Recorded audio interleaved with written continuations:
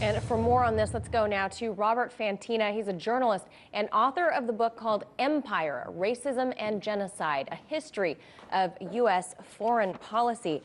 Robert, thanks for being with us today. So in the U.S. media, we hear a lot about corruption in Iran, but then the same media doesn't seem to be concerned about corruption here in the U.S. government. So is it really fair to make such a comparison?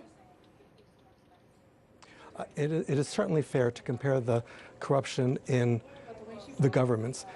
Currently, the U.S. government has a number of investigations into the Trump administration.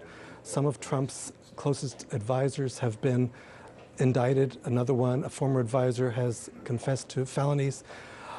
In addition, Congress routinely votes for the desires of special interests that support it, that support its members. Lobby groups donate millions of dollars to Congress members' election and re-election campaigns, and then Congress members vote for what the special interest wants, which is often opposed to what the voters want. Right. Additionally, when those Congress people leave office, they're often hired on as lobbyists again, so the will of the people is once again thwarted. The corruption is rampant, but isn't reported on because the media is mainly corporate owned and supports the government. And how do you respond to the claim that President Trump made about President Obama giving Iran money that was used to fund terrorism? I've heard that, and I was astounded.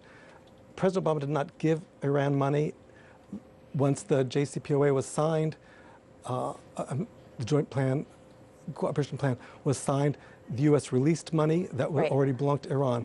Now, the idea that this went to terrorist activities is always said, but nothing specific is listed. The United States needs to look at its own record. Currently, it's bombing 7 countries. It's supporting rebel groups in Syria, which have mostly been defeated now with help from Iran, thankfully.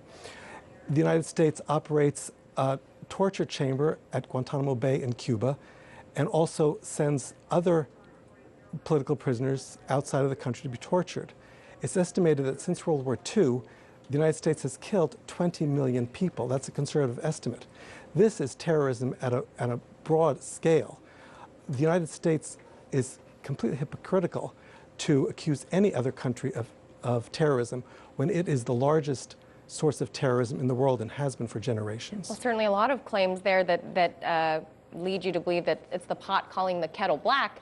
And with regard to current U.S. hostility towards Iran, how much do you think it has to do with Trump's close relationship with Benjamin Netanyahu and the pro-Israel lobby? I think it's very closely tied. I mentioned lobby groups and the power that they have. Pro-Israel lobbies are very powerful, and they have a stranglehold on U.S. governance. Currently, Israel wants to be the only powerful country within the Middle East. Mm-hmm. Iran's growing power and influence threatens that, and therefore Trump is criticizing and acting very aggressively toward Iran at Israel's behest. And real briefly, Robert, in your opinion, how authentic is the majority, the bulk of these protests that we saw, and how much do you think those were due to outside influence? Well, any country, of course, citizens will find something that isn't equitable, and they'll protest against it. They're allowed to by their government, certainly in Iran. However, when we look at how quickly these protests sprung up and how quickly they spread, that does indicate that a lack of spontaneity and some outside planning, perhaps. The U.S. has a long history of doing that sort of thing, fomenting problems within a country, supporting rebel groups, financing, training them. The MEK is an organization of some Israeli exiles that is also strongly supported by neocons in the United States. And it was designated a terrorist group for many years by the United States government. Right. Lobby groups enable that to be changed. But one does look at these and has to wonder if perhaps the United States does have hand in what's been going on in Iran. Certainly time will tell. Thank you so much for being with us again today, Robert Fantina. Thank you.